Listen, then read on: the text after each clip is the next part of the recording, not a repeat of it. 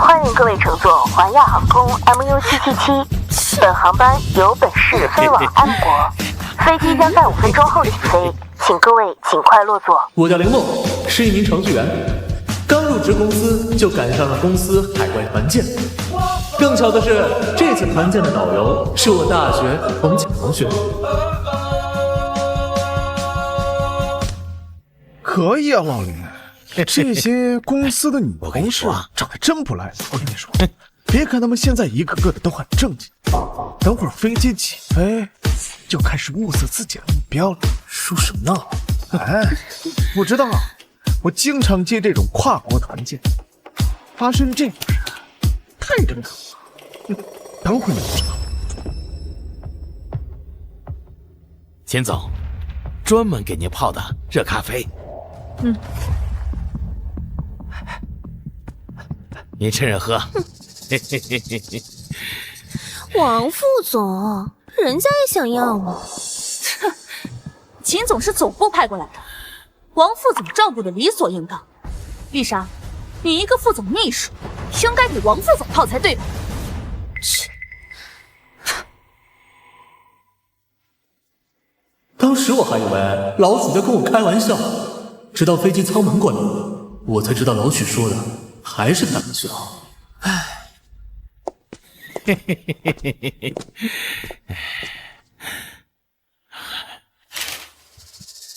哎呀，嘿嘿嘿嘿，宝贝儿，你可想死我了！讨厌啊！刚才还和人家秦总献殷勤呢，怎么不见你把他推进来啊？哎呀，一个空降的总裁在我面前傲，哼！这趟航班我肯定给他扒了。哎呀，你弄疼我了！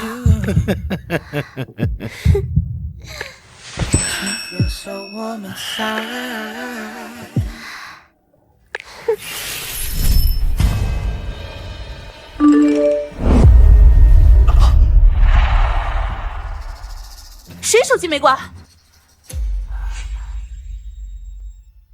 我手机响了。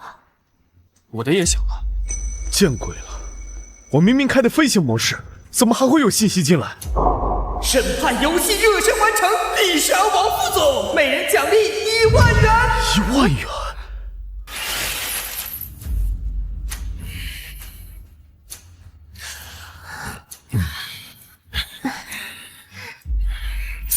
微信到账1万元。这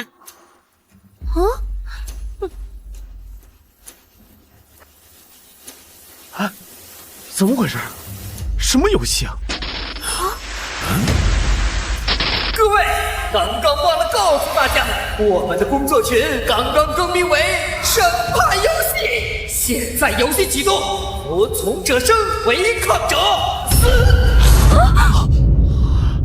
服从者生，违抗者死。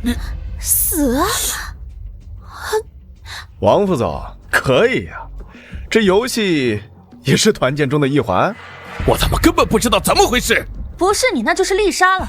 刚才就你俩去洗手间了。妈的，这全公司都知道我和丽莎这个死女人的事情了。这游戏到底是个什么鬼玩意儿？装，接着装是吧？够了！王副总，怎么回事？秦总，我也不知道怎么回事。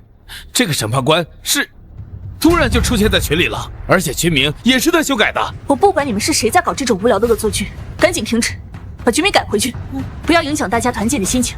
秦总，不是我，不是我啊，不是我，我就是一导游。哎，你们别看我，我刚才就说了，不是我。王副总，把这个审判官踢出去，等下了飞机，让 IT 部门同事查一下。是，走。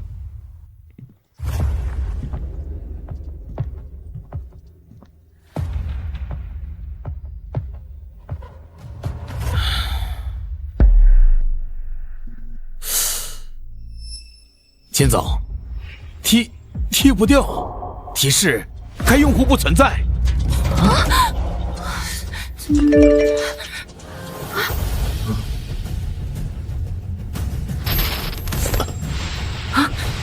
判游戏正式开始，第1条指令，请周浩今晚必杀。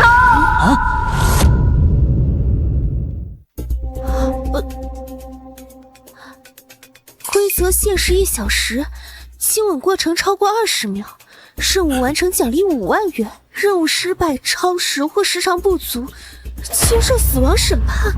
这，浩哥和李丽马上就要结婚了，这游戏不是强人所难吗？周浩，你要是敢去，我就立刻跟你分手。小丽，这规则都说了，如果做不到就得死。你也不想看到我出事，对不对？我说了，如果你去，我就分手。就亲一下而已嘛。我都不介意。周浩，你是不是不敢啊？老林，周浩要是真亲了丽莎，那他女朋友不得当场跟丽莎翻脸啊？浩哥要是真亲了，李丽小心一定不会放过丽莎。好吧，你不愿意就算了。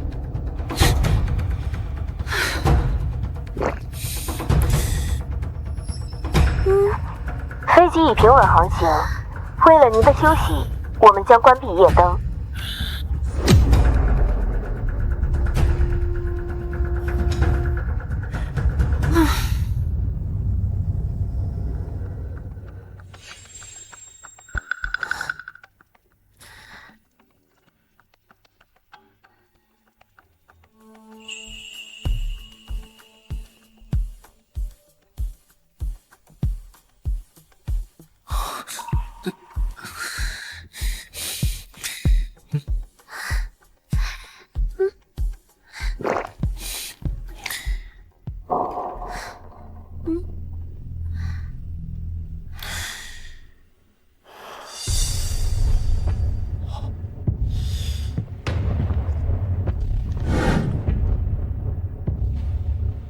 老李，想想，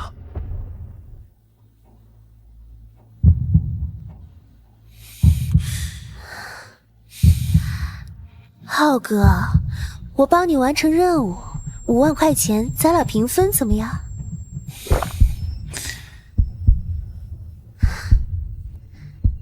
行。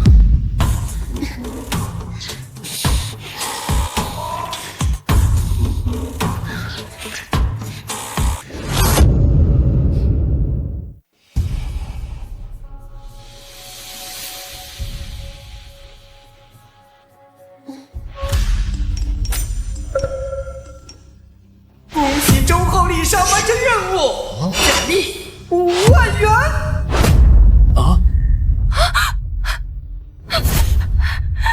周浩，你不是答应过我吗？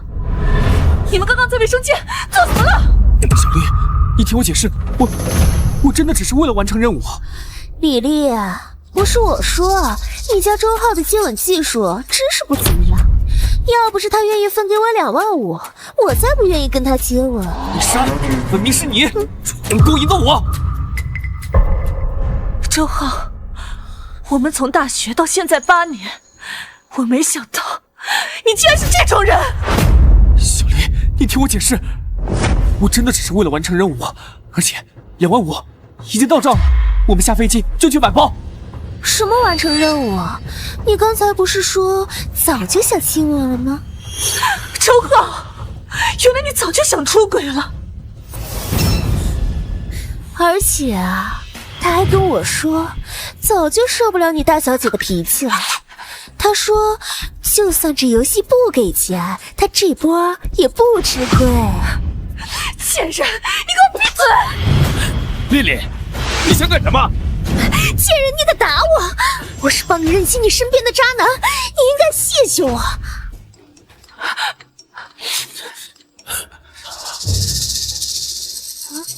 察觉到极致仇恨，触发终极审判游戏。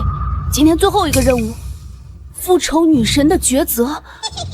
仇恨燃头李丽自动成为审判者，有权制定游戏和人选，限时1分钟。我错了，都是丽莎，是她主动勾引的我，我一直爱的都是你啊！李丽，是他，是周浩，他求着我完成任务的，跟我没关系啊！你要选就选他。选，我当然要选，我要让你们为自己的所作所为付出代价。小丽，都是我的错，你原谅我这次，就这一次，好不好？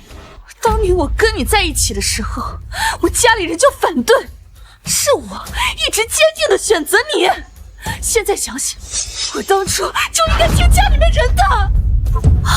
好啊，你现在后悔跟我在一起了是吧？对。行，那就分手，现在就分。分手？你以为分手就能抹平对我心中的疤痕吗？你还想怎么样？我只是亲了她，我又没做对不起你的事儿。我想怎样？我想你周浩在我眼前永远消失，我再也不想见到你了。王八蛋，去死吧！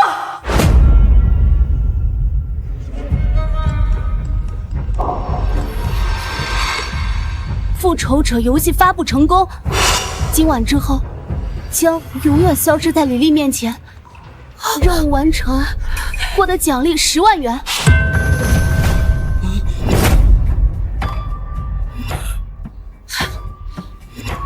老林，按照这个游戏的尿性，周浩今晚不会死吧？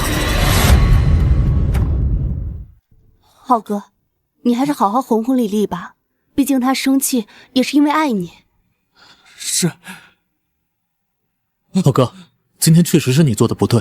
不管怎样，你跟李丽都在一起8年了，好好跟她说说，别闹太僵。就算分手，要好聚好散。你说我今晚不会真的死了吧？应该只是恶作剧，别太当真。先去哄李丽吧。小丽，一切都是我的错，我们到地方好好聊一聊，好不好？到 M 国还要飞10个小时，大家先休息一会儿，等下了飞机有什么事再说吧。周浩，这可能只是个误会，你先坐我这儿吧。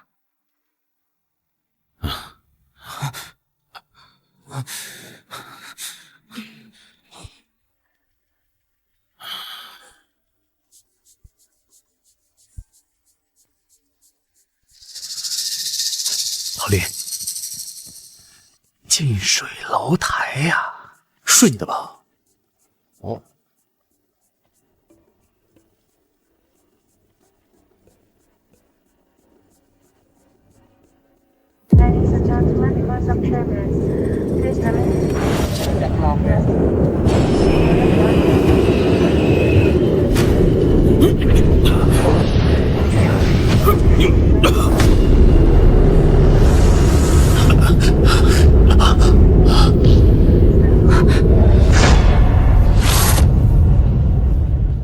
李丽指定任务完成，周浩永远消失，获得奖励10万元。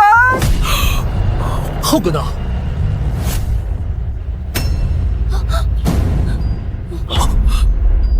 是李丽的声音，从洗手间传来的。刚才，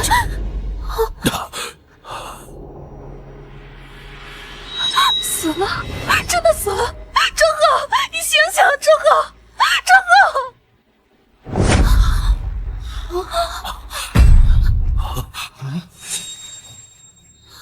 难道这游戏是真的，不是恶作剧？乘务员，快来人呀！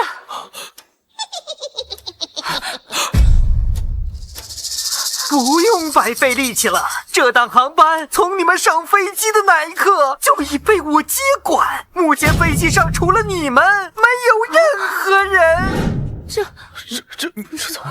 不是我害的周浩。李丽，你发布任务的时候就知道会有这种结果，现在哭什么？我不知道，我真的不知道，我当时只是被气糊涂了。我说的都是气话，我根本没想过让周浩死。我以为只是恶作剧，我也没想到这个游戏会死人啊！比利，就因为周浩亲了我一下，你就故意发布让他消失的任务，你的心好狠啊！不是，我根本没想过让他死。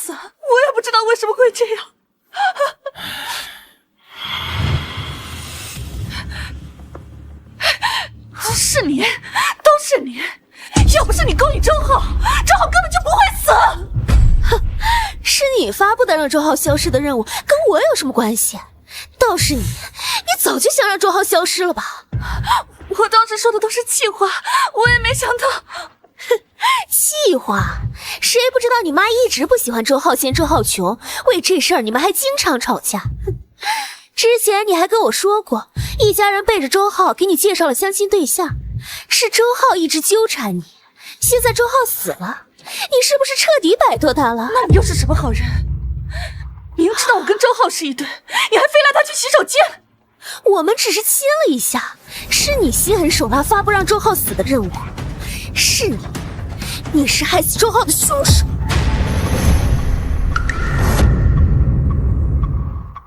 是你是害死周浩的凶手。李丽，你冷静冷静，大家都不想事情变成这个样子。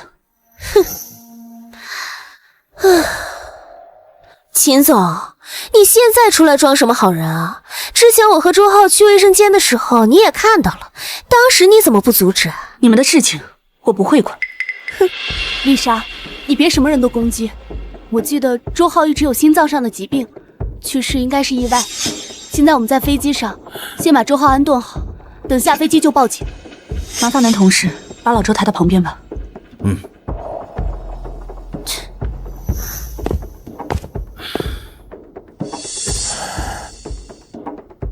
老林，这场游戏该不会还要继续吧？这也太邪门了！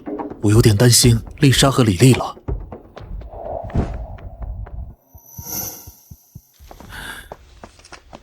难道真的是巧合吗？复仇任务完成，20分钟后将开启下一轮的审判游戏。下一轮审判游戏，还要继续？这都死人了！周浩就是因为玩这个游戏死的。我要辞职！我不玩了，我要退出这个游戏。这次环境我不去了，我要走！退出游戏是为违反规则，审判死！我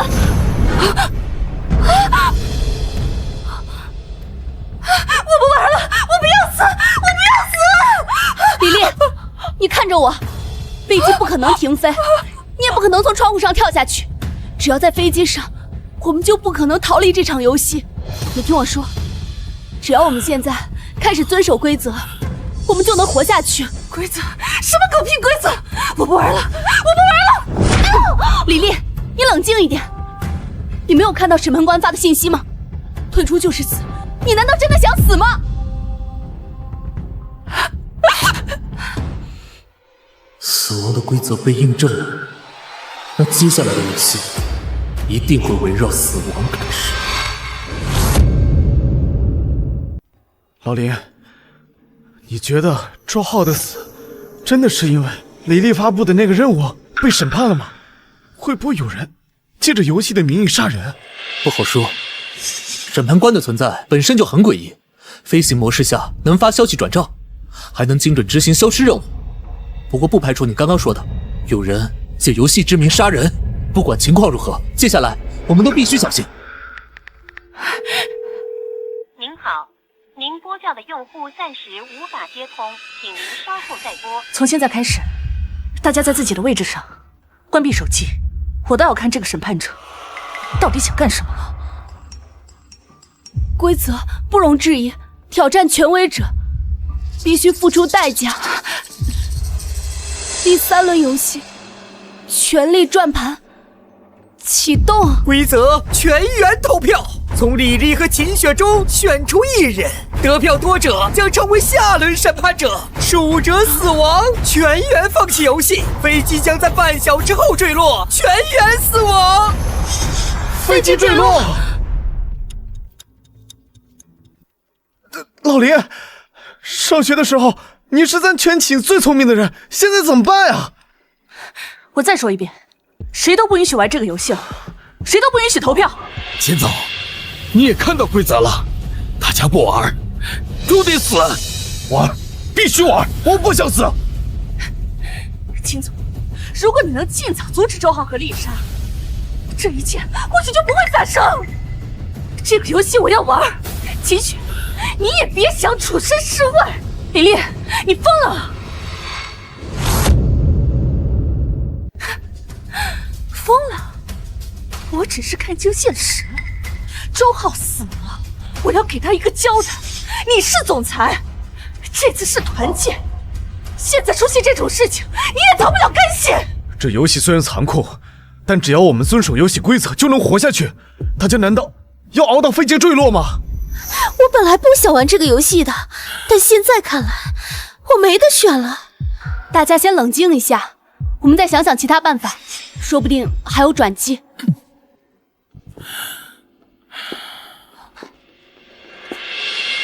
当然有转机，我们是集体选票，票数少的那个人会死，他死了，大家都能活。你想让谁死？哼，秦总，不如这样，你亲我一口，我把票投给你，怎么样？你无耻！哼，行，那我就把票投给李丽。还没开始投票呢，大家就乱成一锅粥了。看来这个游戏啊，能激发出大家最真实的一面。大家都先别吵了，现在最重要的是想清楚怎么投票，我们不能盲目的做出选择。时间不多了，大家抓紧时间投票吧，到时候来不及了。各位，游戏里规则说了，下一轮的获胜者就是游戏的审判者，你们把票都投给我，我让你们下一轮游戏想要什么就给你们什么，怎么样？那我想要你们秦总的。没问题。李毅，这是你逼我的。各位，我是公司总裁，只要你们把票投给我，升职加薪，年终奖翻倍。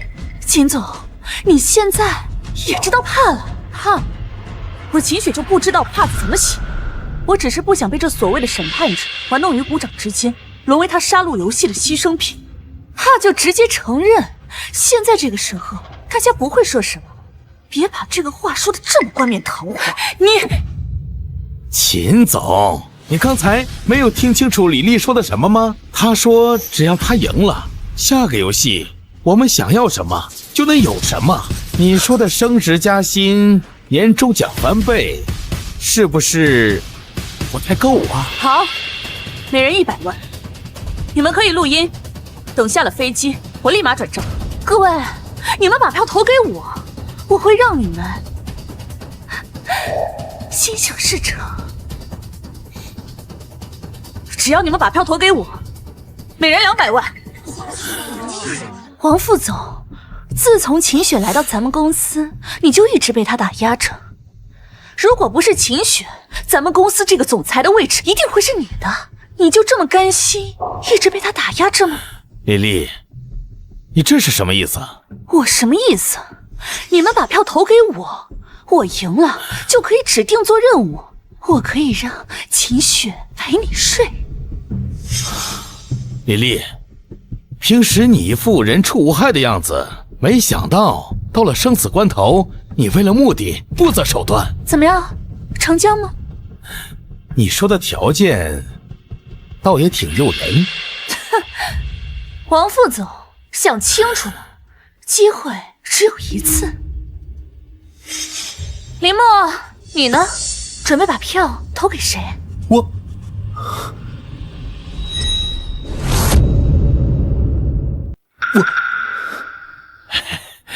李丽，你刚才说的话当真吗？你真的让秦雪跟我……你放心，等我赢了，我绝对说到做到。300万，把票投给我，落地之后我立刻兑现，我以我的名誉担保。浩哥，王副总已经把票投给我了，你把票投给我，秦雪那边就完了。可是秦总那边给300万。浩哥，别犹豫了，把票投给我，我保证我赢了，绝对让秦雪好好陪你一次。难道你就不想好好尝尝高高在上的秦总私下是什么滋味吗？你疯了！疯？这就是活下去的代价。好好想想，能分钱，还能实实在在的享受。秦雪确实漂亮，反正接下来还有其他游戏，钱肯定不会少。行，我投你。导游啊，这个时候不是你讲义气的时候，站错了队，可能下一个死的就是你。跟着我玩，让我赢得了审判者的能力，到时候就可以指定秦雪做任务。我就是一个外人，被卷进来已经很冤枉了，我能不能不投票？丽丽，你别在这蛊惑人性，你以为你赢了就能活下去吗？审判官的把戏你还不懂吗？他在享受我们内斗。别唱高调了，不试试怎么知道？总比跟着我只会下命令却屁都没有用的领导等死强吧。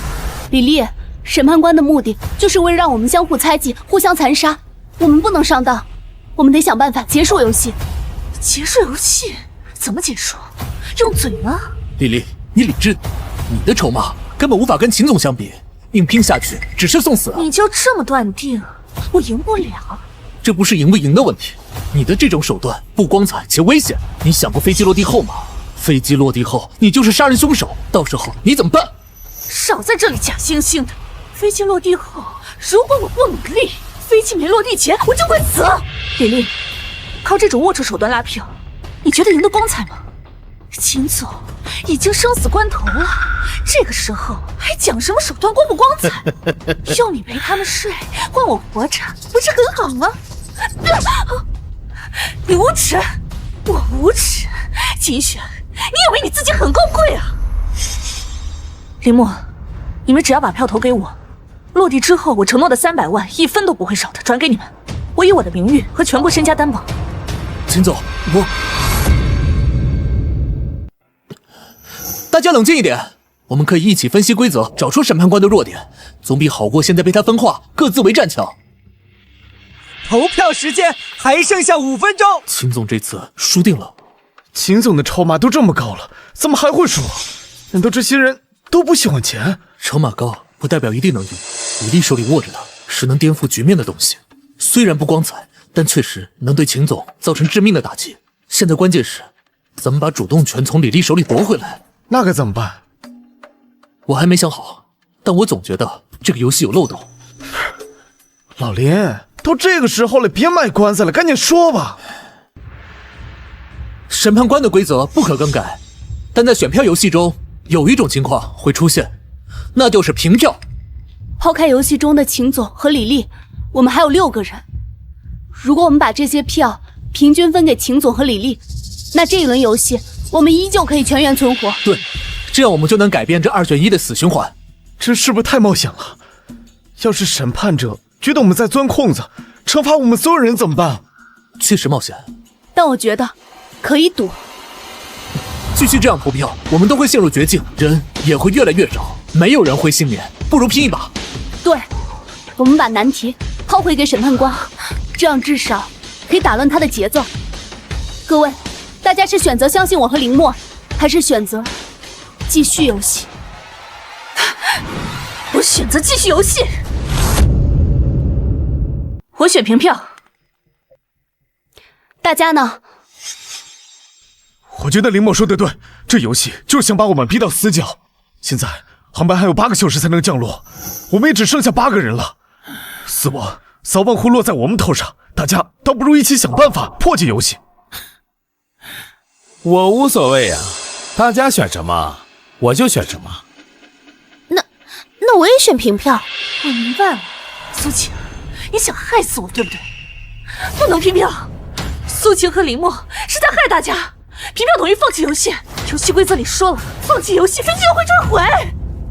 老林，我觉得李丽说的对，这样是不是太冒险了？被审判官牵着鼻子走就不危险了，在他的规则里玩，我们永远玩不过他。投票时间只剩下1分钟了，快，没有时间犹豫了，要想活命就按平票计划投。记住，我们真正的敌人只有躲在背后的审判官，不是我们自己。我觉得林墨和苏晴说的有道理，大家不能坐以待毙，我们倒不如拼一把，还有机会。可是这风险太大了，万一失败了呢？但如果不这么做，我们迟早都会死，还不如赌一把。反正现在死的又不是我，轮到我再说呗。投票结束，平局。各位，秦雪和李丽的票数相同，这一轮没有人死，但游戏进入了更有趣的阶段。平票的2位共同接受审判。完了，果然。同时接受审判，这林墨，你不说平票就没事了吗？为什么会这样？平票是为了让我们在上一个游戏里活下来，给我们大家争取更多的时间。终极审判任务对局现在公布规则，参与者秦雪、李丽。任务内容：献祭。秦雪和李丽各有一次机会指定另一个人做自己替身，接受本次审判。若双方指定同一个人，则该人死亡；指定不同，随机抽取一人，限时3分钟。超时为指定，则视为自我献祭，直接死亡，不得指定对方。指定替身，这是要让秦雪和李丽亲手杀人，目的就是为了摧毁他们的道德底线。完了，是不是让他们俩随便拉个垫背的嘛？凌墨，这规则太恶毒了。审判官的目的达到了，他不满足于他们自相残杀，是要把我们所有人都拉下水，当他的刽子手。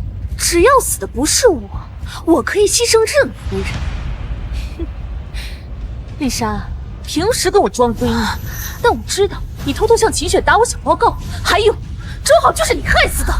丽丽，你想干什么？对不起了，丽莎，要怪就怪这游戏规则。不要选我，丽丽，平时我们关系不是最好的吗？求求你，你不要选我。朋友，你和周浩背着我偷偷干不要脸的事情，怎么没想到我们也是朋友？所以背叛的人就该死。不要选我，李丽，你还不明白吗？你选谁都是在杀人。杀人？秦雪，你说的倒轻巧，那你呢？手指头一动，不也是和我一样？少在这里装清高。指定时间还剩30秒。选李丽，规则不允许。丽莎虽然平时嚣张跋扈，但现在是最无辜的受害者，而王副总从一开始就形迹可疑，甚至可能他才是幕后推手。我选王副总。秦雪，老子招你惹你了？你和李丽的恩怨，追我干什么？王副总，看到了吧？秦雪就是这样的人。哼，想让我死是吧？老子先弄死你！等等，我还有个办法。你少在这胡扯了，老子都快要死了，你还有什么办法？规则里说是指定一个人当替身，但规则里没说这个人是活人还是死人。你们忘了，飞机里除了我们8个人，还有一个人。你是说已经死了的周浩？对。凌墨，你比我想象中更聪明。的确，规则里没说这个人是活人还是死人。如果可以指定死人，那这一轮我们依旧可以全员存活。对，上一轮游戏平票我们都没事，这一轮只要李丽还有秦雪都指定替身是周浩，那我们大家都不会死了。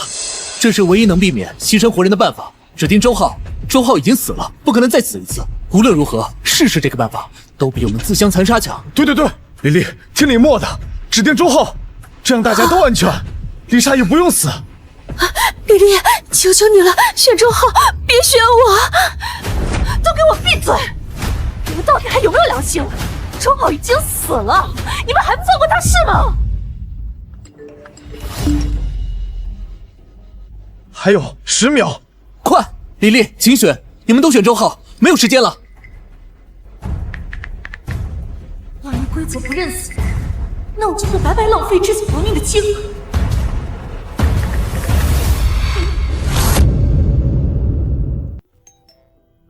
选择确认，秦雪指定周浩，李丽指定李莎，指定对象不统一，现在根据指定人员随机选择一人，开始审判执行。为什么？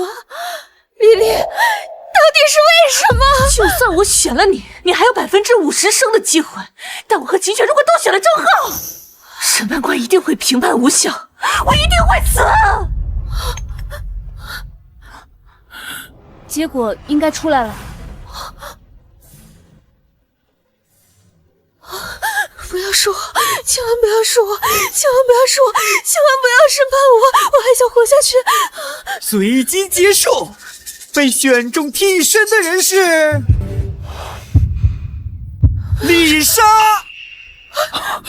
为什么是我？为什么？不，我知道了，是你们一直都在骗我，你们一直在演戏，我不玩了，去你妈的审判者！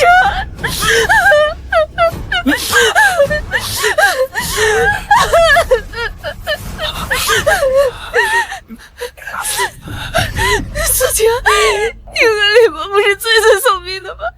你救救我！你救救我！我想活下去，你救救我！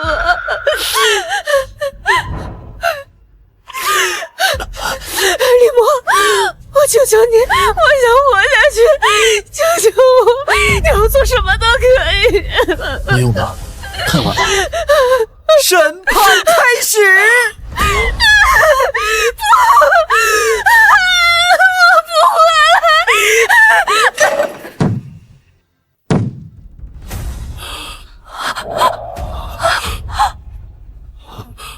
审判执行完毕，丽莎死亡，本轮献祭结束。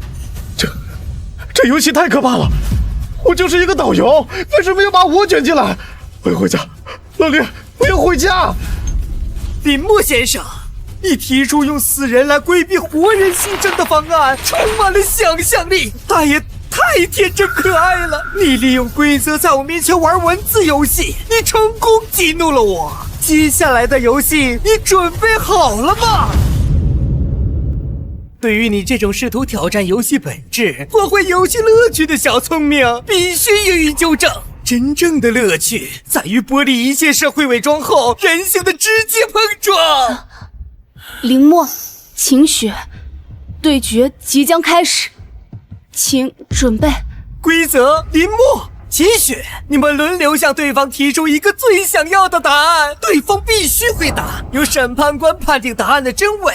3局2胜，得2分者获胜，平局加赛。胜方获得奖励40万元，败方接受审判，死亡。提出与回答限时1分钟，超时视为失败，接受审判。游戏时间5分钟。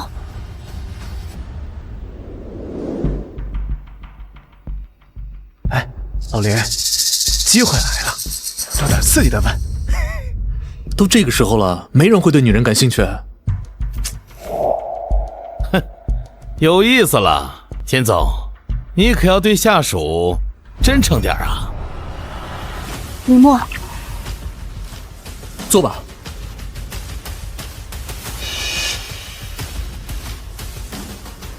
秦总，得罪了。林墨，我很欣赏你的勇气和破局的魄力。只要我们都能下飞机，我一定会向总公司推荐你。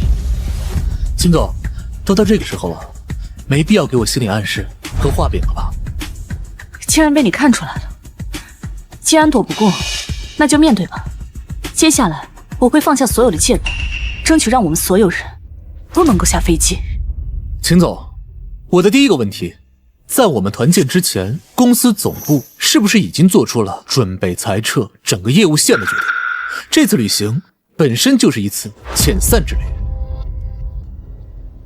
秦总，这是真的吗？绝无此事。总公司很看重你们团队，这次旅行是奖励。回答虚假，林墨加1分。林墨，该我了。我听说一些传言，说你喜欢我，是还是不是？我去，这问题有点狠啊！秦总怎么回事？怎么问这种问题？这让我怎么回答？难道他在给我下套？林墨，看着我的眼睛，是还是不是？叮咚，回答超时警告！5、4、3、2、1。不能被他带偏节奏，真假不重要，破局才重要。秦总，您都说是谣言了，那肯定就不是真的，所以我的回答是不喜欢。莫哥，够狠！林墨回答：虚假秦雪加1分，比分1比1。秦总，现在轮到我了。好，你问吧。不能问无关痛痒的，那样会被审判者判无效或敷衍；也不能问真正致命，可能让秦雪难以回答的。最后一道题了，争取时间和破解机会。我的问题是，从游戏开始到现在，我是不是你除了自己之外最不希望死掉的那个人？操！能不能问点有用的呀？谁想死啊？你不想他死，他不想你死，有屁用啊！到最后不还得死一个？这问题有点意思。有意思，这问题本身就像一个精心设计的陷阱。诚实的答案对我有利，但这会不会正是林墨想要的？他在赌什么？赌我的真心，还是赌我的算计？林墨，我不知道你在盘算些什么，但这最后一局，我跟你……怎么，秦总，我的问题很难回答吗？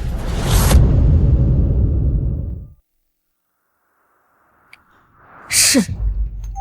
回答属实，秦雪加1分，比分1比2，秦雪获胜。林墨输了，那岂不是……我去，老林，你是不是要死了？秦雪，你没发现林墨一直在故意让分给你吗？苏晴，在规则面前，我不至于用这种方式获胜。刚才回答林墨的问题，只是出于真心。真心？你的真心就是想让林墨去死吗？林墨，你选择让我赢，你到底在计划些什么？因为我不想赢，至少不想就这么赢。林墨，你……秦雪获胜，林墨失败，接受审判。林墨，你心里到底在想什么？你快说呀！难不成你真的一心求死？我的目的达到了。目的？林墨，你准备好接受审判了吗？我准备好了。很好，林墨，你真的很有趣。但游戏还没有结束，由于本场对决中没有胜负，现在强制修改结果，所以我决定修改结果。这么说，老林，你是不是就不用？哼，搞笑！审判者肯定不会放过任何一个人，你们两个必须审判一个，即使不是你们两个，也可能会是我们其中一个，谁都跑不了。王副总，你别吓我呀！检测到存在明显的保护性谎言，触发隐藏规则，林墨、秦雪双方均未获得胜利，免于审判。但审判后续将会升级，下轮游戏将于5分钟后开始。太好了，我们都没死。别高兴得太早，我们现在欠着审判者一条命，审判者是破了我们的意图，接下来的游戏会越来越难，他不允许我们这样钻空子。哎，吓死我了！老林，你们刚才玩的也太刺激了吧！你就不怕审判者真给你审判了？我也不确定，所以我在赌。赌？老林，难道说你知道审判者会修改结果吗？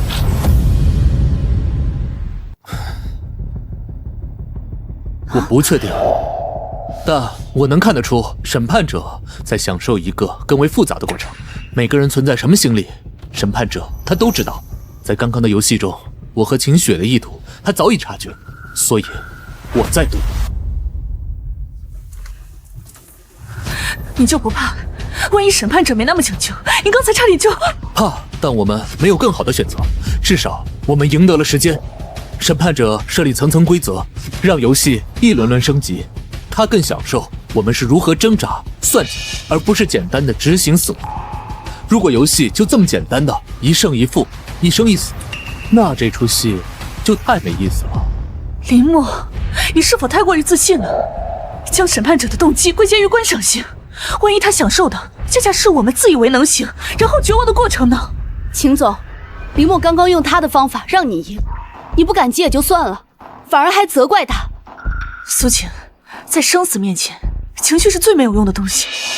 我并非指责林墨，我也很欣赏林墨的勇敢，但正因为如此，我想告诉你们，在生死面前，将希望寄托于敌人动机的单一解读是致命的。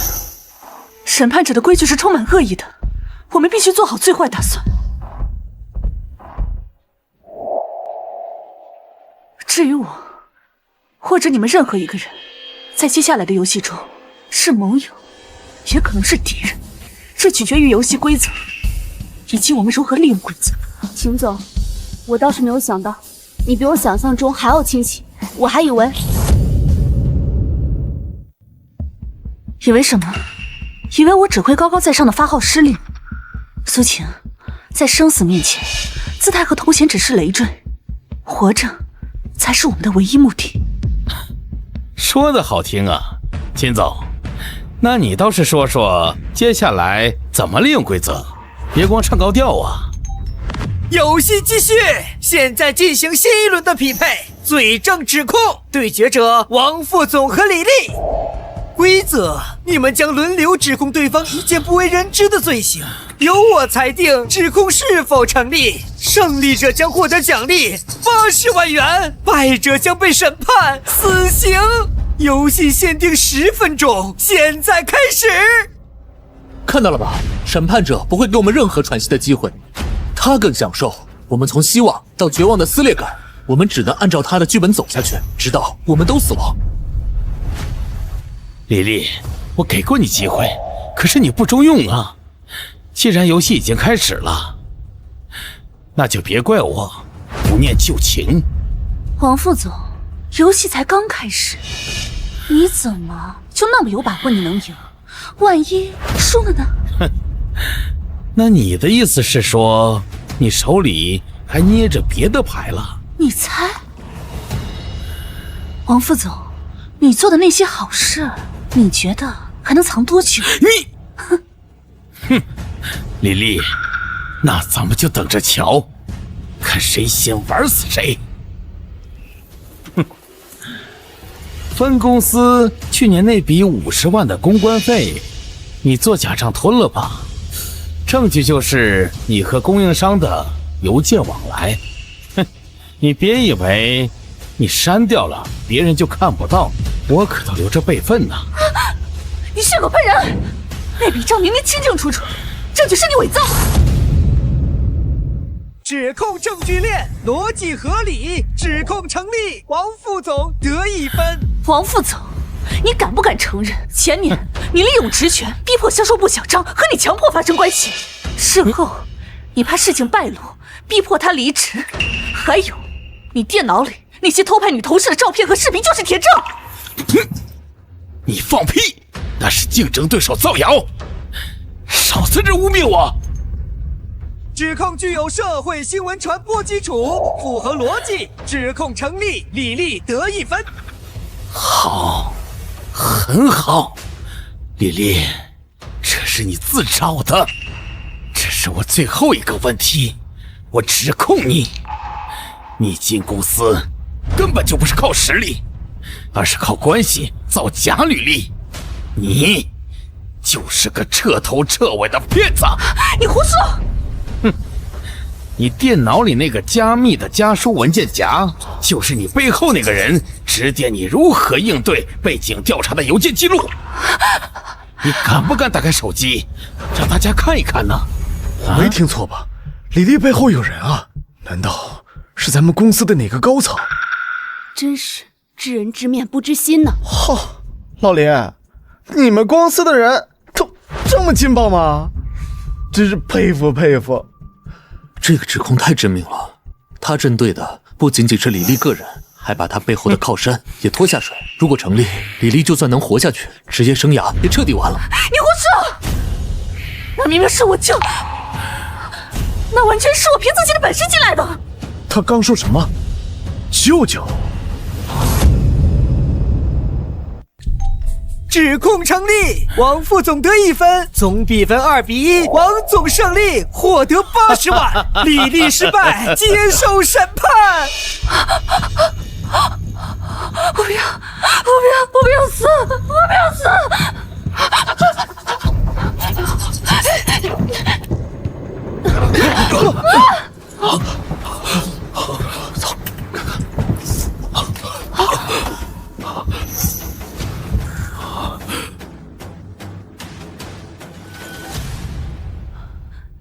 又死了一个，下一个该不会是我吧？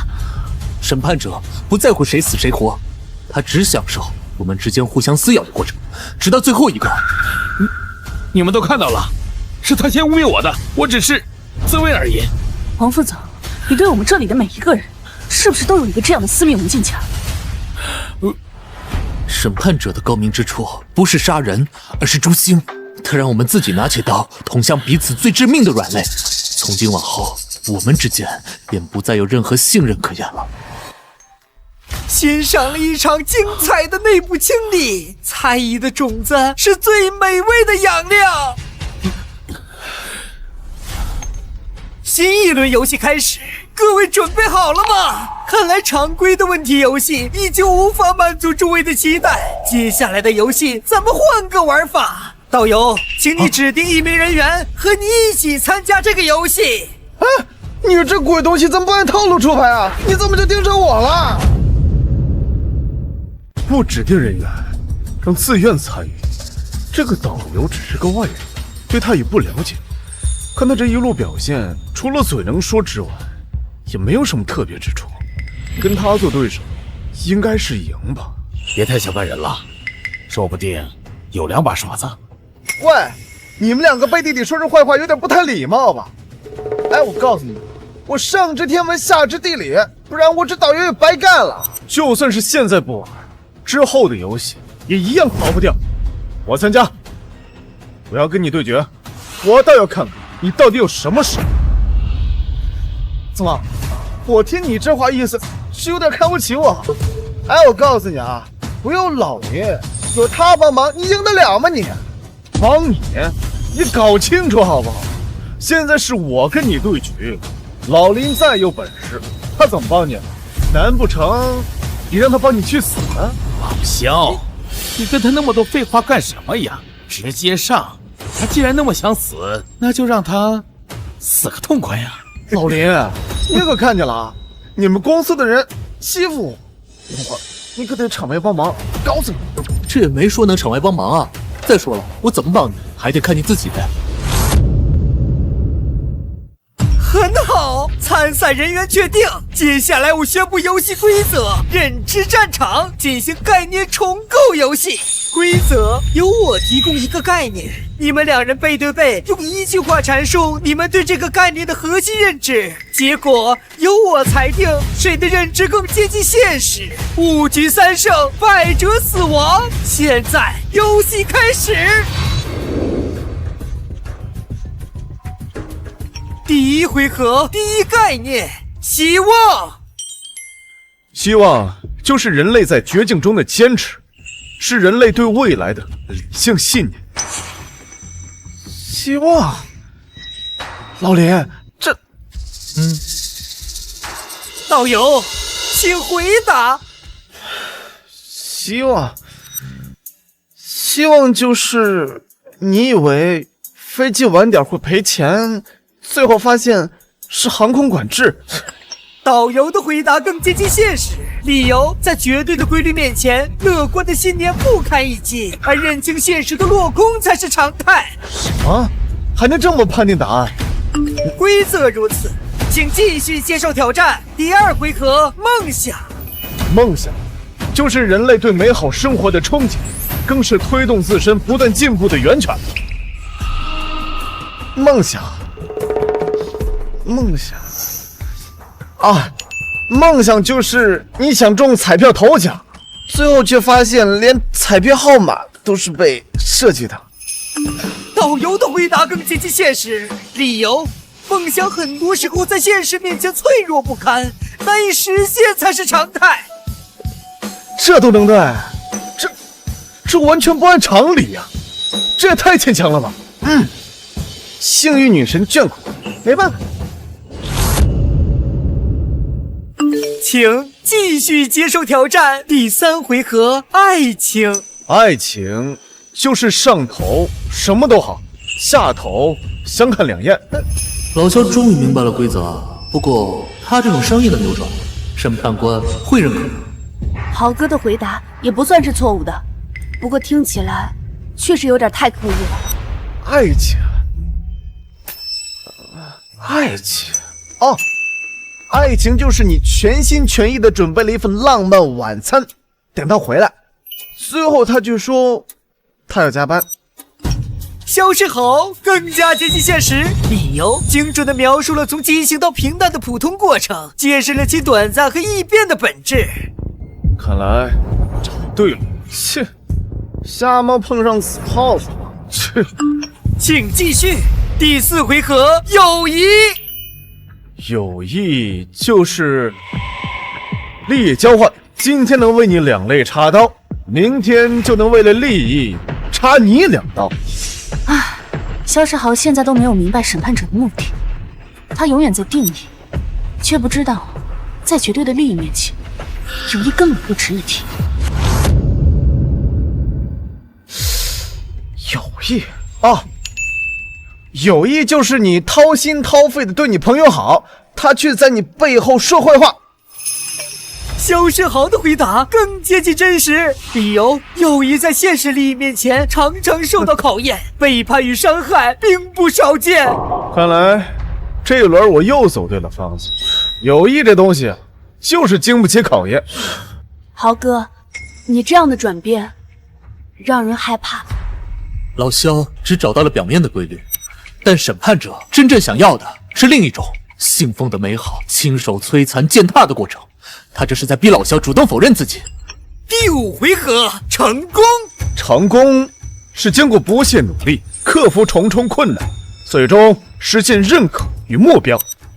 成功，成功就是你拼了命的去创业，最后公司还是倒闭。什么？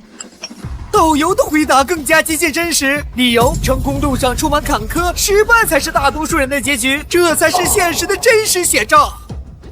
不是，我已经按照他的套路来了，怎么还是不行？导游5局3胜，游戏结束，萧世豪你败了。满腹经纶，不如满腹牢骚。老萧，你读了那么多书，但在审判者眼里，什么都不是。意料之中，审判官要的不是故事，而是灵魂。我赢了，我赢了，就这么靠骂街骂赢了。其实我自己也不知道我在说什么。这也太不可思议了，这样都能赢下对局。哎，老林，牛逼不？只能怪你运气好，歪打正着罢了。导游胜出，萧世豪接受审判。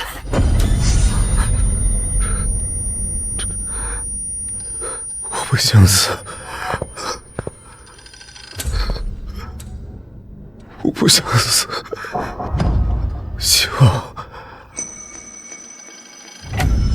希望就是人类在绝境中的坚持，是人类对未来的理性信念。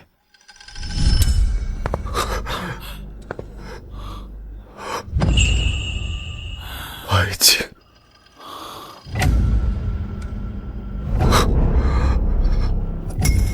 友谊，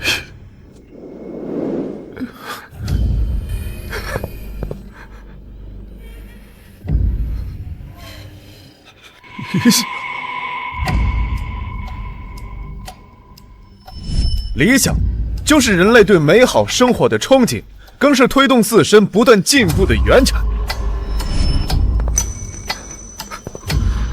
成功。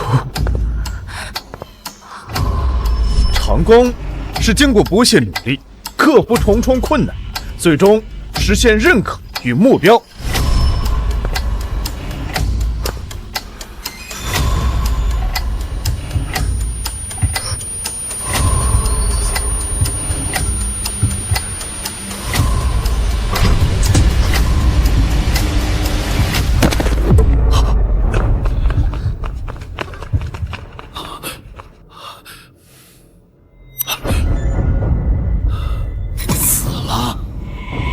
又少一个累赘，接下来游戏该清醒点了。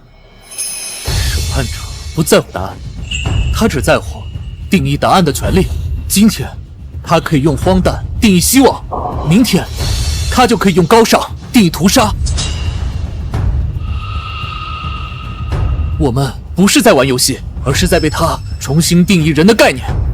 小时候审判完毕，下一轮游戏开启。荒诞的戏码暂时告一段落，生存的本质在于对未知的探索和抉择。接下来，让我们进入更精彩的环节——幸存者试炼。规则如下：一、剩余全部人员每人都有一个秘密身份和专属任务。二、每个人的任务互斥互补，需要合作，也可能需要背叛才能完成。三、飞机降落前2人以上完成，全部存活；若无人完成，全员死亡。现在身份和任务分配中。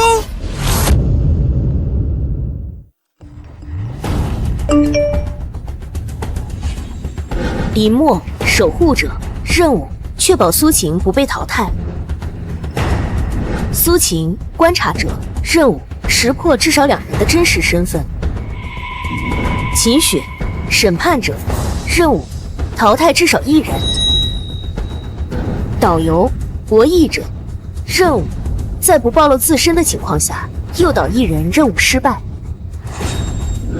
王副总，掠夺者，任务：淘汰秦雪，使其任务失败。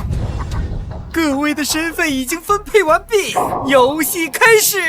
秦雪，看来这场游戏的最终裁决就是你我之间最好的了结。很好，正合我意。大家都已经知道自己的身份了，规则很清楚，全员存活的关键是至少2个人完成任务。如果我们每人只顾自己，很有可能一起死。所以我提议暂时合作。林默说的对，但合作的前提是我们必须明确一点，我们的任务可能互斥，所以合作不是毫无保留的互助，而是基于共同生存的目标策略联盟。我们需要先了解彼此的任务方向，避免误判。怎么明确？直接说任务内容，那不等于明牌玩游戏了？会不会违规？不用说具体内容，我们可以靠关键词暗示。我们每人说出一个词，概括出自己任务的核心内容，这样我们既可以互相摸底，又不算直接违规。合理，我同意。我也同意，我听老林的。合作，任务内容很可能就是我们身边的某一个人，怎么合作？尤其是你，秦雪，以你一贯的行事风格，你的任务内容恐怕更加危险。跟你合作，他会死得更快。广播检测允许试探，关键词暗示，每人仅限1词，且关键词必须真实反映任务核心。从现在开始，每人有10秒钟时间思考。我的任务是保护苏晴，核心是保护，但太直白可能暴露关联，必须换个说法。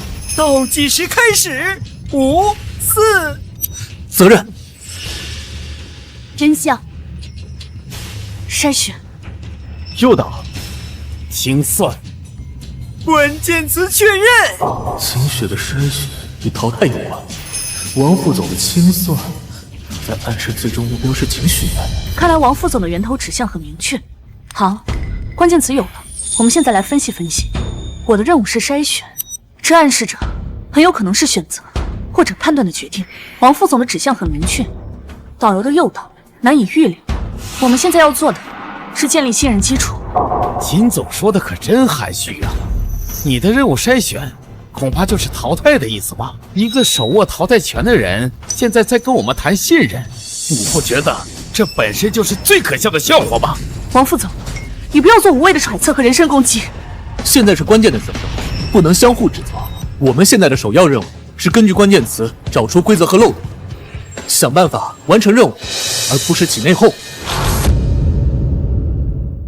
秦总，你继续说。林墨的责任和苏晴的真相，很可能是探查类或者保护类的任务。你们俩的任务很可能是互补。秦总竟然这么快就猜到了核心，他的洞察力比我想象的更加灵敏。秦总分析的很精彩，然后呢？你有什么方案？2个方案：一，我们选择全力合作，或者互相协作完成任务，但这需要建立很高的信任基础。风险在于，一旦有人任务不迟，死得更快。2，选择难度最低或者整体威胁最小的1到2人，集合资源，确保他们任务失败，用最小的牺牲换取多数人的生存。秦总，那你这话的意思，不就是让我们牺牲掉1、2个人？我们建议做理性的生存决策，在资源有限、规则残酷的情况下，确保多数人的生存。没必要说的那么冠冕堂皇，你直接说想让谁死不就行了吗？还有，你的名单上的第1个名字是不是早就写好了呀？王副总，规则针对的是所有人，不是你一个人。如果你硬要按照规则蛮干的话，很有可能牺牲掉我们所有人，结局就是一起死。秦总，我理解你的逻辑，但如果第2个方案实施，你我之间很难再有信任，后续的任务也会越来越难。林墨说的对，如果一开始就选择牺牲，那我们和制定游戏的审判者有什么区别？那么，我们就选择第1种方案。但是有一点我们必须明确，如果发现任务不迟，必须第一时间沟通，否则死的不只是1个人。那我们现在该怎么办？秦总，你嘴上说的合作，但你的任务筛选本质上就是要淘汰我们其中的1个人，这本身就是最大的利益冲突。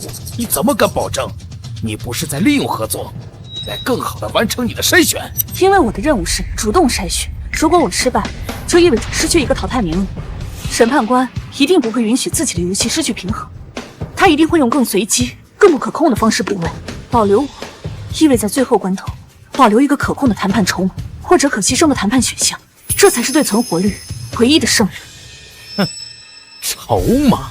秦总，你是把你自己当筹码，还是把我们当你谈判的筹码？我看我们所有人都只是你理性计算力的变量罢了。秦总，就没有别的办法吗？我们就非得这样算计的这么清楚吗？如果你们觉得我的方案太残酷，那也可以换一个更公平的方式，投票选择1个最应该牺牲的人。我反对，秦总，你的概率计算可能是正确的，但我们现在面临的是生死，不是开赌智慧，做风险评估。一旦开始投票选择牺牲者，那我们就彻底沦为了审判者想要看到的样子。猜忌、背叛，这不是合作，而是一场有组织的自相残杀。那么，你有更好的方式可以保全我们所有人吗？如果任务互斥，如何破局？我暂时还没想到。处罚，你可以在1分钟之内匿名向审判者举报任意1个人的真实身份的猜测。若猜测正确，你获得抵消1次任务失败的权利，同时被举报将面临1次审判质问。若猜测错误被审判死亡。是否举报？倒计时59、58。举报？匿名举报？这又是什么鬼任务？猜对了能不受惩罚，我倒是可以接受，但猜错了就得死。举报谁？王总一直在找茬，他的关键词是清算。哎，你怎么了？没事，就是有点紧张。他绝对有问题，肯定是审判者给他发了私信。审判者私信？难道是？道友，你是不是收到什么消息了？没有，我就是刚才没明白规则，就看了一眼。鬼鬼祟祟，是不是审判官单独给你发任务了？行了，不管是什么，我们必须在情况最糟的时候做出决策，是合作，还是执行我的筛选方案？决定，秦总，你刚才就一直在诱导我们做决定。你的任务筛选看似在救我们，实则是在把我们一步步推向死亡。是不是就是那个把我们所有人骗上这架飞机的直接关联者？王副总，你是什么意思？意思就是我怀疑这一切的根本源头就是你。你的任务筛选根本就不是游戏的一部分，很可能就是在杀人灭口。指控需要证据，如果你怀疑我和审判官有关系，那就请拿出证据来。如果没有，你的内讧就是把我们所有人往火坑上推。要证据？好啊，导游，你从一开始就认识林默，而现在又在拼命的维护金雪。你的任务就是金雪安排你一直在搅浑水，我们所有人早就串通好了，是不是？你胡说！我维护谁了？这里除了林默，我谁都不熟，我跟谁沟通？王副总，你血口喷人你！王副总，你冷静一点。我们现在相互猜忌指责，正是审判者想看到的。在没有证据之前，任务可能是互斥，也可能是互补。猜忌同伴，就相当于自毁长城。我的任务是清算，而秦雪就是最大的嫌疑，而导游的行为轨迹就是最好的旁证。我他妈都说800遍了，这事跟我没有关系。你要发疯别带手，别像疯狗一样见谁有谁。够了，林默说的对，王副总，我理解你的情绪，但请不要用情绪影响行为。道友，如果你还想活下，就闭嘴。现在最重要的是信息，我们必须尽快梳理出每个人的线索，找出漏洞。我建议，我们每个人再说一个关键词，给自己的任务提供额外的线索，这样既能够保证任务的透明度，又不算完全暴露。必须同时进行，防止有人临时编造。剩余时间42秒。时间快到，到底要举报谁？你一直在偷盯着手机，干什么？没什么，看时间不行。王副总的关键词是清算，还一直咬着金雪回复，这很明显是冲着金雪去。审判者让我举报对身份的猜测，如果我猜他的任务是秦雪，这算不算猜测身份？从刚才开始就心神不宁，肯定是审判者又给他发了私信，而且是可能左右他决定的信息。审判者他已经开始逐个击破了，我们必须更快行动起来。开始吧，我的线索是必要之恶。我的线索是盾牌。镜子。审判。误导。举报倒计时还剩5秒，是否举报王副总身份？刚刚是清算，现在是审判。王副总的任务是淘汰秦雪，虽然不明确具体身份，但你已经是准确了。赌一把。检测到匿名举报，举报内容：王副总首要任务是淘汰秦雪，举报结果猜测正确，举报者获得抵消1次任务失败惩罚奖励，被举报者王副总接受惩罚。审判质问。果然，并不是非要猜准身份，只要猜中任务意图也算。活过来了。审判质问？什么审判质问？谁他妈举报我了？你们有人私自接受任务，对不对？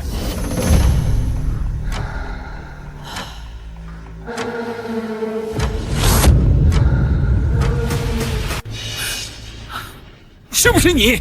刚才就看到你一直在看手机，肯定是你！你他妈敢举报老子？是又怎么样？你刚才不是一口咬定我和秦总串通，不是你的清算目标吗？我不先动手，难不成等着被你弄死？果然是你！老子他妈先弄死你！够了！不想死的，跟我来。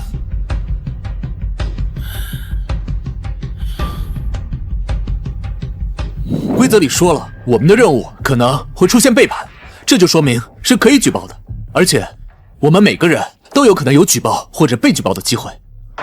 王副总，你冷静一点。导游拿到豁免权，他就算任务失败，也能再活一次。王副总，你的身份已经暴露了，现在最危险的就是审判质问，我们必须一起应对。叮咚，被举报者王副总，你的身份已经暴露，现在请接受审判质问。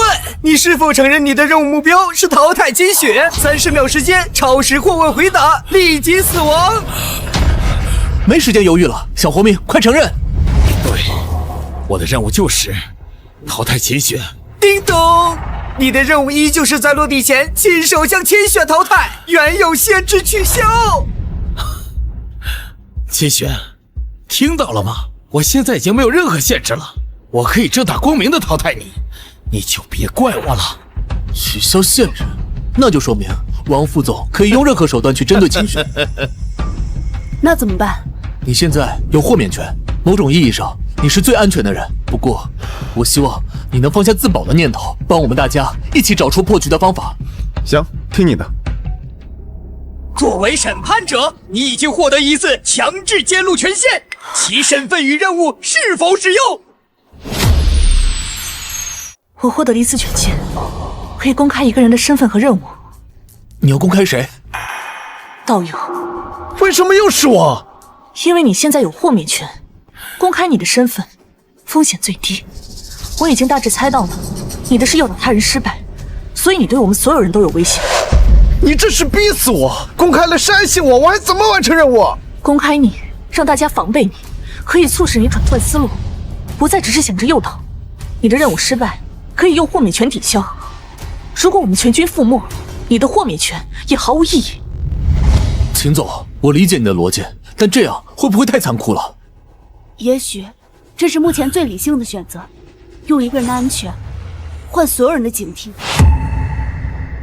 审判者行使权限，强制揭露艺人身份、导游身份。博弈者任务在不暴露自身意图前提下，诱导艺人任务失败。叮咚，提示：身份已经部分公开，进入明牌阶段，所有幸存者身份皆可见，禁止进行身份猜测类举报。最终阶段开启。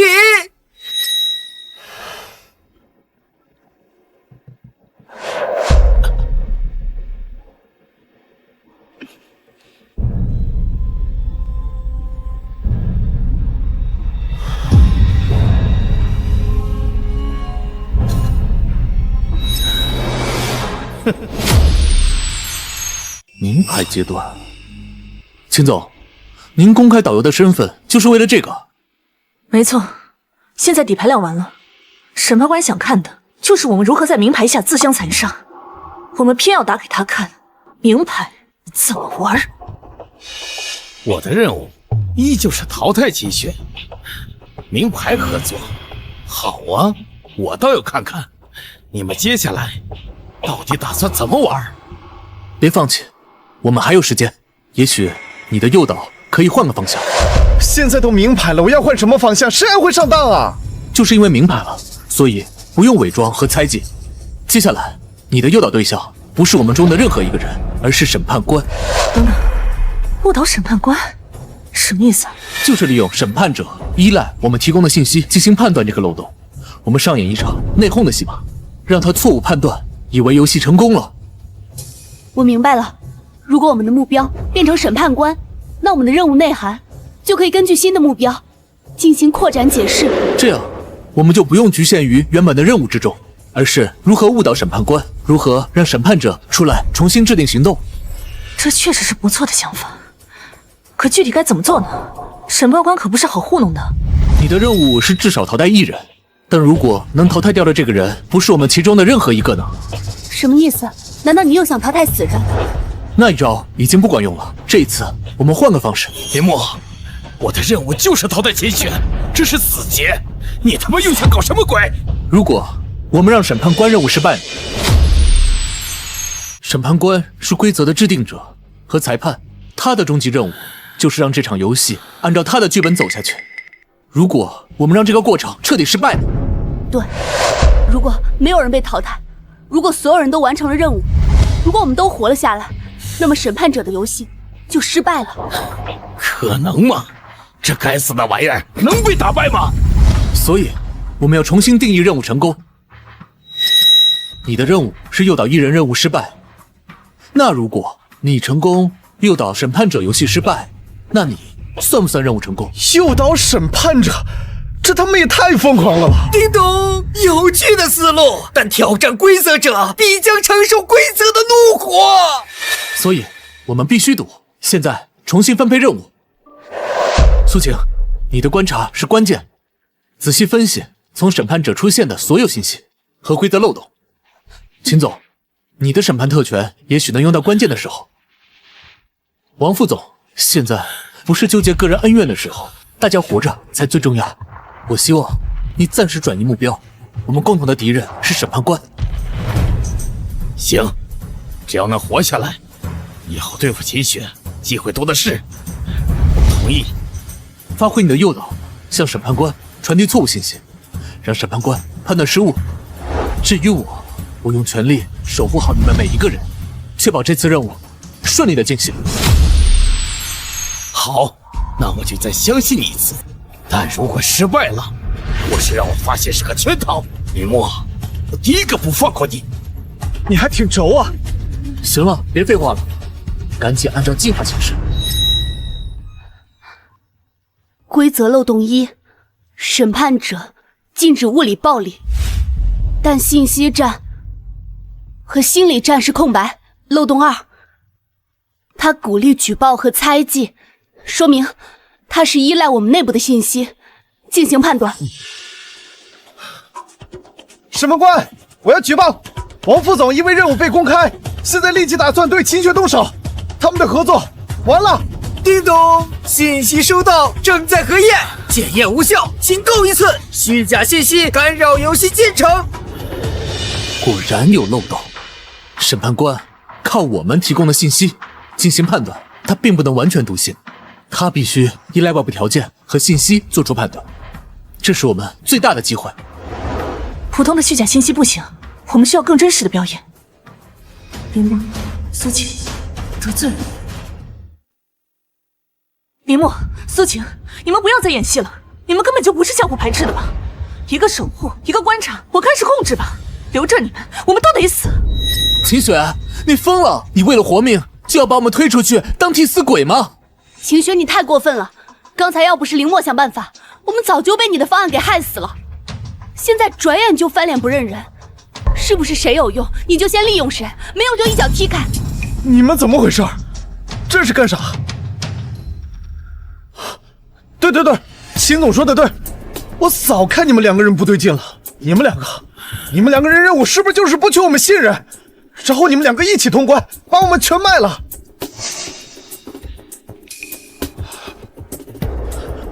审判者，你看见了吗？全完了，全乱了，信任没了，已经开始互相残杀了。你的游戏成功了，你赢了。精彩的表演，人性的挣扎，伪装的忠诚，精心算计的背叛，这一切的戏剧性真是百看不厌呐！审判者在欣赏，但没有判定，戏还不够真。我们讨论的再激烈一点。我就知道，秦雪，什么合作，什么信任，都他妈是骗老子的。果然又开始筛选了，对吗？王副总，你不是要淘汰我吗？来呀，现在就是机会，看看谁先死。你以为我不敢吗？叮咚！天真的玩家们，你们似乎忘了，在绝对的规则制定者面前，一切的计算和谋略不过是徒增趣味的点缀。最终裁定即将等等，我明白了，我彻底明白了。审判者，你的规则有漏洞，我的任务完成了。我的任务是识破身份，规则只要求结果，没规定过程。看清楚，我的任务是要求识破2个人的身份，是你自己开启了名牌模式。现在林墨是守护者，导游是博弈者，这些信息都是你亲自公开完全公布的。我只要确定这些信息，就等于识破了他们的身份。规则只要求识破，并没有规定识破的方式，所以在规则层面，我的任务完成了。规则就是规则，如果你现在否认我的任务完成状态，那就是亲手推翻了这个游戏的根本。你是在亲自承认这个游戏漏洞百出，任人践踏吗？审判者，规则是连锁的，既然苏晴的任务已经完成了，那就意味着她存活着。那么我的任务，保护苏晴不被淘汰的前提条件，也已经达标了。我们守护者的任务也完成了。按照规则，2人及2人以上完成就算达标。现在林墨和苏晴已经完成了任务，按照规则，我们应当全部存活。还有我，虽然我诱导失败，但是我引导出了规则的漏洞，这难道不是另一种意义上的任务失败吗？规则上可没有说不允许我这样创新的解释，你得承认我的创意。我的任务是清算金雪，这些背后的元凶也就是你。难道权力受挫，权威受损？这难道不是彻底的清算吗？我要求我的任务以此种方式完成。叮咚，逻辑链检测成立，规则优先原则生效，最终裁决如下：苏晴完成任务，林墨完成任务，秦雪任务未完成，导游任务判定存在争议，规则为禁止创新解释暂定完成。王副总任务目标未达成，任务失败，结果多人完成任务。根据规则，全员存活。我们没有死，我们都还活着。没想到你会想到这一层。我当时也是碰碰运气，没想到竟然成功了。掠夺者，你的清算并未完成，真正的掠夺是夺取最终的生机，最后一次机会，完成你真正的使命，确保审判者的权柄得以传承。奖励赋予你决定最终结局的权利。女士们、先生们，我们即将开始下降，预计30分钟后抵达 M 国国际机场。游戏真的结束了吗？你们觉得审判官真的会那么轻易放过我们吗？决定最终结局的权利，审判者，你到底还想玩什么？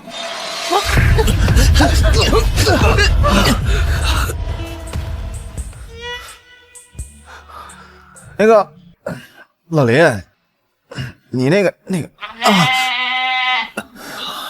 苏晴，我没想到你身材还挺好的。等等，刚才广播说飞机不是在下降吗？怎么还在上升？不对，不对啊！怎么回事啊？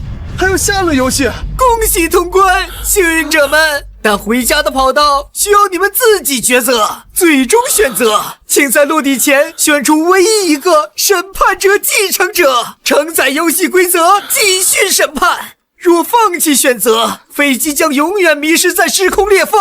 倒计时10分钟。审判者继承人，这是什么意思？是要接替审判者的意思吗？继续审判？这游戏他妈的根本就没有结束。选一个人来继承审判官的权利，看来我们其中必须要有一个人牺牲，来传承这个诅咒。这不是继承，是诅咒。被继承的人要永远活在审判他人的地狱里。我们不能选，这是审判官最恶毒的陷阱。一旦选择，就认同这个规则，游戏永远不会停。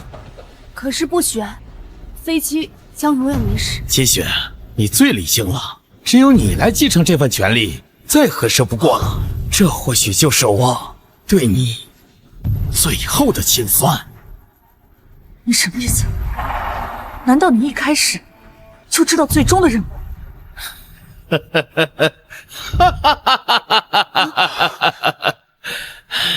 不错，审判官给了我最终的任务和审判，我的任务就是确保审判权的传承，还有打大家最终的结局权利。接轩，这可不是我的个人意愿，而是审判官的命令。要想所有人活下来，你必须选择，这就是我最后的使命。我不能认同，这太荒谬了。我们为什么要遵循这个游戏的规则？你早就知道这一切，对不对？你这在利用我们。利用？我不过是在执行我的任务罢了，就和你们所有人一样。现在该轮到秦雪来做选择了。李牧，我该怎么办？我们不能被王副总的话左右，这背后一定有更大的阴谋，不能轻易就范。对啊，秦总，我们再想想办法，不能就这么接受这个莫名其妙的继承。林墨，真的没有办法了吗？秦总要是选了那个继承，那就永远都回不来了。要是不选，我们……操！这他妈什么破游戏啊！我们一定要想办法破解，不能任人摆布。拒绝？你拒绝得了吗？或者说，你想代替秦雪，接替审判官的身份？我提议，我们放弃，我们宁愿选择一起回去面对现实，要么一起消失，也绝不继承。叮咚，令人惊讶的选择，拒绝权利，选择共同承担不确定性。恭喜你们通过了最后的考验。不过，王副总，你最终的任务并没有完成，所以你要接受审判。难道说，我改变的是我自己的结局？王副总，你准备好接受审判了吗？反正都是死，说吧，你审判的最终目的是什么？给我个痛快！王副总，这是放弃反抗了。反抗有什么用？不过也是他活该，谁让他刚才想害死秦总？很好，那么现在，王副总，你的最终审判是……等等，林墨先生，你还有什么话要跟王副总交代吗？不还有一张豁免权吗？赶紧拿出来呀！老林，你玩游戏玩傻了吧你？他刚才逼迫秦雪，他想把我们所有人都害死啊！那也是为了遵守审判者的规则，并不是他的本意。再说了，都到这个时候了，不能再死人了。老子这辈子做过最亏本的买卖，就是救了一个想害我的人。也罢了，这玩意儿反正在我手里挺晦气的。审判官，我要用我的豁免权，消除对王副总的一切惩罚。叮咚，真是一场精彩的人形演绎！豁免权生效，王副总审判取消。谢谢，谢谢你们。叮咚，亲爱的女士们、先生们，我们的飞机已经降落在 M 国国际机场。